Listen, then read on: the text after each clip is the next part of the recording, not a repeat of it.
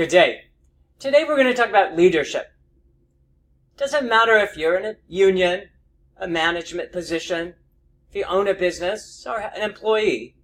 The traits of leadership are often one that people think you can't acquire. You're either born a worker or a leader, and there's nothing you can do about either. Not true. We know that people can become a leader if they acquire some traits. It is certainly not easy. It takes some traits that may be foreign to some. For instance, most leaders have an almost absence of fear. Margaret Thatcher, one of the great leaders at the time, former British Prime Minister, it was said about her that she was virtually unembarrassable.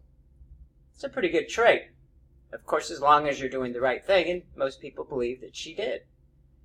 And so, if you are a person that wants to become a leader, because leaders get to choose their own destiny, there's often more rewards that come from the person who's in front as opposed to the person who's in back. That said, I would think there's 4 characteristics or traits that you'd have to have in order to be a leader. First is you have to have passion. Passion for what you do. Passion is that intense desire that you have within yourself to do anything in order to be something. Every single person you meet has a passion. They have something that drives or rules their life. If you can follow that passion, you have a great chance of being a success. Whether that passion is in painting, some type of art, whether it's in education, like teaching, whether it's speaking before people, or whether it's being a mechanic. Whatever is your passion, and whatever you can do to spend your life following that passion, you have a greater chance of being a success within that chosen passion. The great leaders of their field have a passion for what they do. They also, as every one of us, have obstacles along their path. You can call them challenges or barriers, but it's some obstacle in your way. Some you can see. You may see somebody who has a disability, physical or mental. You may see somebody who's struggling with money or even family issues. Some you don't see. Some type of mental illness. Or some kind of envy or jealousy that just consumes their life. That is their obstacle. Everyone has them, but the successful, those who become leaders, overcome their obstacles. No matter the barrier in your path, the key is to overcome it. Great leaders overcome the obstacle in any path that they choose. And that leads to our third characteristic or trait of a leader. And that is they go down swinging. They go down swinging for what they believe. A friend of mine, who's a baseball player, says you swing for the fences. It's a similar concept as go down swinging. If you follow your passion, if you overcome your obstacles, you will be presented with choices in life. Because you are on your way to becoming a person who makes choices that others follow. Choices are difficult. If it wasn't difficult, there'd be more leaders. There aren't. There's many more followers than leaders. The ones that become leaders go down swinging for everything that they believe in. They're willing to risk their house, their income, maybe some parts of their family, to obtain what for them is what life has become about.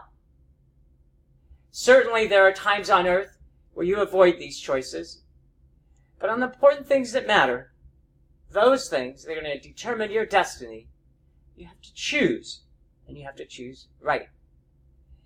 We often say that the successful people are those that do the right thing at the right time and for the right reason. They went down swinging for what they believe in. And I hope you can do the same. And that brings us to the last aspect of a leader. That trait that best defines a leader, who they are and who they want to be. And that is their legacy. One of the most successful industrialists of the time was Andrew Carnegie. One of the wealthiest people of his time. And what did he do with his money? He built over 2,500 libraries. No, he didn't build a huge house that outlasted him. He built 2,500 libraries throughout the United States because he thought that that was important. John D. Rockefeller founded the University of Chicago. Duke Energy, he founded Duke University. Vanderbilt, who was Cornelius Vanderbilt, the richest person during his time, founded, yes, Vanderbilt University. J. Paul Getty, again one of the richest people during his time, founded a stupendous and astronomical museum in California. It sits right over the Pacific Ocean. Beautiful building. And he's poured his billions into that. To have a collection of art. Art, as we know, influences people, their thoughts and their direction. This is what some of the most important people of their time did with their money. They did that because they wanted to leave a legacy. That no matter how they acquired their money, they wanted to leave their money with a sense of hope. And hope that they could be seen as a decent and honorable person. Somebody who did something good with what they had. That's the personification of a leader. So, no matter what choice you make in life, you have a choice, at least along that road, to be a leader.